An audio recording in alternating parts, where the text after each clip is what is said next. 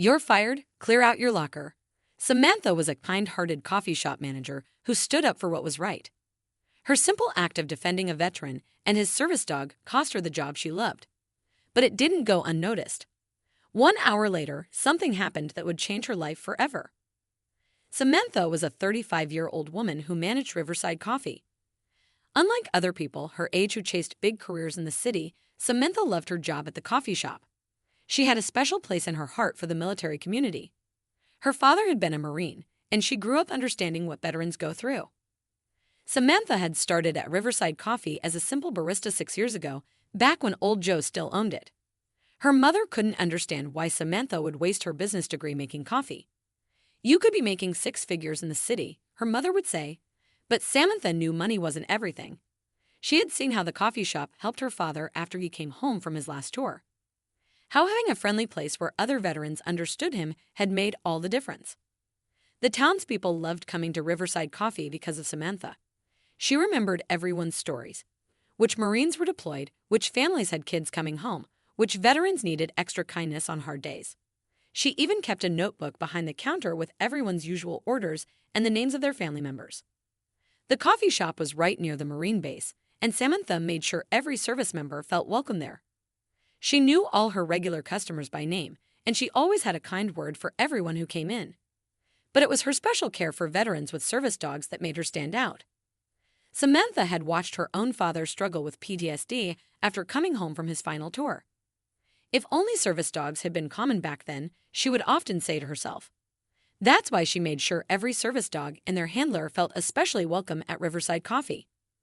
Every Wednesday morning, Samantha hosted what she called Veterans Coffee Hour.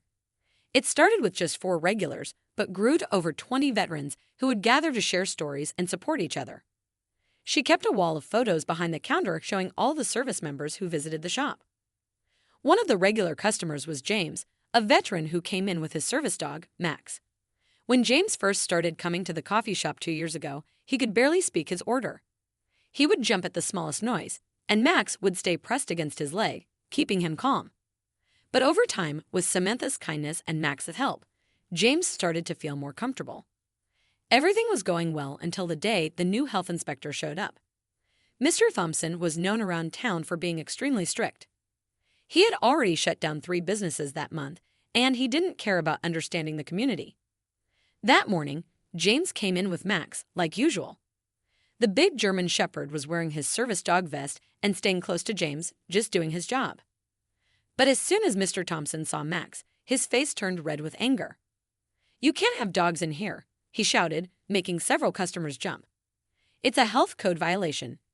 This establishment will be shut down immediately." Samantha saw James start to tremble, the same way her father used to when he got overwhelmed. Without hesitation, she stepped forward. "Sir," she said calmly, "Max is a registered service dog. The ADA laws clearly state that service animals must be allowed in food service establishments.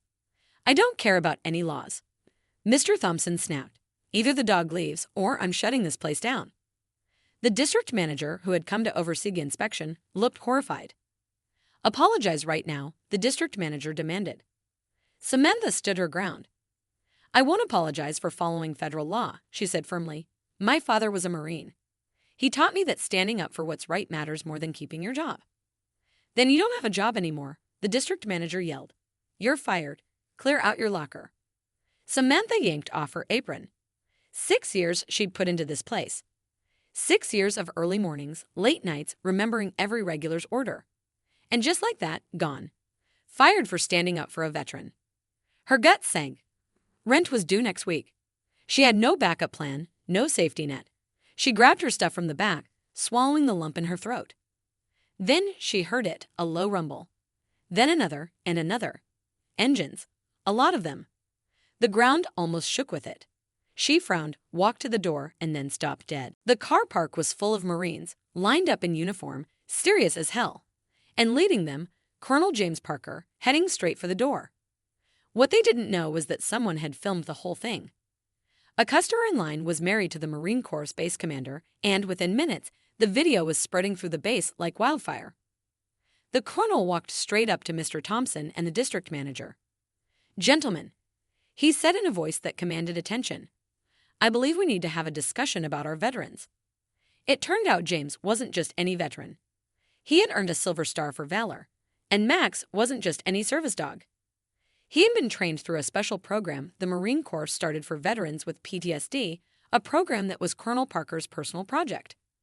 The colonel made one phone call to the state health department. Just like that, Mr. Thompson was reassigned to another district, and the district manager was sent for immediate training. But the Marines weren't finished. Colonel Parker turned to Samantha with an offer she never expected. "Miss Mitchell," he said, "we've been looking for someone to run our new veteran outreach program at the base. Someone who understands both customer service and the importance of standing up for what's right. The job's yours if you want it." The story spread quickly through military communities across the country. The coffee shop's corporate office apologized and started a program supporting service dog training for veterans, with Samantha as the program's director. Last Wednesday, Samantha watched proudly as James spoke up for the first time during coffee hour. He told the group about his first deployment, his voice shaky at first but growing stronger as Max leaned against his leg. The other veterans nodded in understanding. They'd all been there. One older Marine reached over and patted James's shoulder. "Welcome home, brother," he said quietly. Samantha had to wipe away tears as she refilled their coffee cups. This was exactly why she loved her job. Today, Samantha runs both the Veteran Outreach Program and the Service Dog Initiative. The coffee shop has become a model for others with a special welcome area for service dogs and their handlers. James and Max still come in every morning, but now they're joined by dozens of other veterans and their service animals. The wall of photos behind the counter has grown. Next to each service member's photo is a picture of their service dog. Samantha keeps her father's photo in the center with a sign that reads, "All who served welcome, 2 legs or 4. As for the district manager who fired her, he now works with Samantha, helping train other businesses about service dogs. Sometimes the biggest lessons come from our biggest mistakes. Samantha's father always told her that doing the right thing isn't always easy. That day, she proved him right. But she also proved something else. When you stand up for the right people stand up for you." Loved this story? Hit that like button and subscribe to the channel for more. Don't forget to check out the video currently on your screen. You won't want to miss it. See you next time.